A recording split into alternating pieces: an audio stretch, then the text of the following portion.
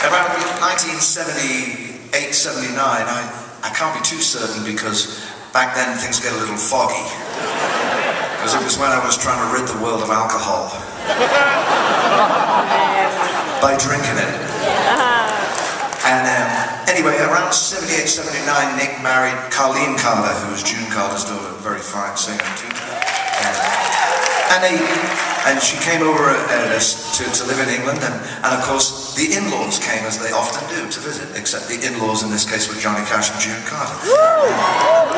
And it was Christmas time, and John decided that it was a good idea to call a recording session for Christmas Day. We'd all of us been on the road for about 3.5 years, so you can imagine that when we tried to leave the turkey at our house, there were some angry women there between us and the door. So it was moved to the next day, the session, Boxing Day as we call it in England. That's because you usually want to hit one of your relations by the day after. I pulled up at the Victorian three or four story, like I say, my memory's not so good around that time, 3 or 4 story terraced house in Shepherd's Bush. Not an area that much associated with country music. I knocked on the door, and it opened, and there was a man in black. I knew immediately it was Johnny Cash, because he had a big belt buckle on that said JC. He offered his hand to me and swallowed mine, and he said, "Hello, I'm Johnny Cash." We went down into the basement studio, gathered together with a few friends, and we made a record. And I'd like to tell you the rest is history, but the rest is completely forgotten because it was a rotten record. A little while later, we went to make a record in Nashville, and it was a fantastic hotel we stayed at. It had hot and cold chambermaids. And running up and down the stairs.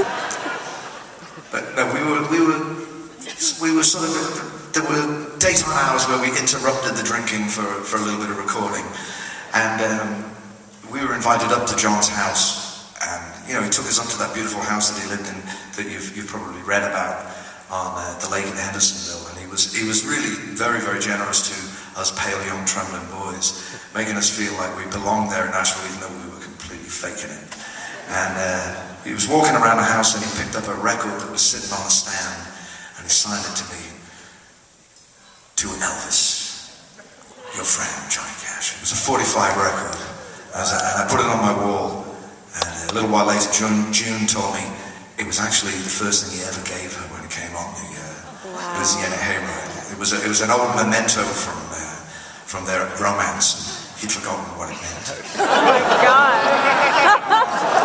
It's a true story. I guess I couldn't very well give it back to her because it was like, "To Elvis, your friend." Awesome story. But I have it proudly on my wall, and I think fondly of him, and he wrote this great song.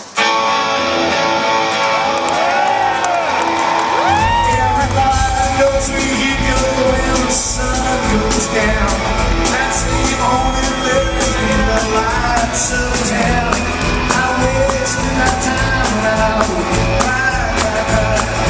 When the lights are lost, I would cry. Sugar, dead is all you gone. You come back some cold day and find me alone. You call me, but I'm gonna tell you bye. And turn around and walk away. You cry. I'm gonna cry, and you cry. Oh, you never want to God, and you gonna cry.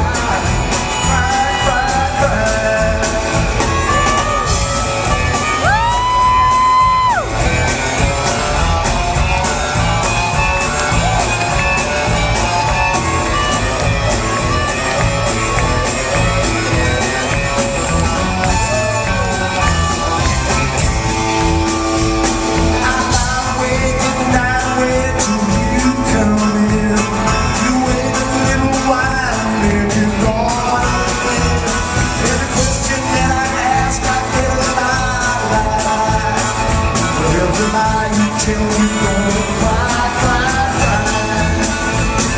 Soon you sugar dead is all it all.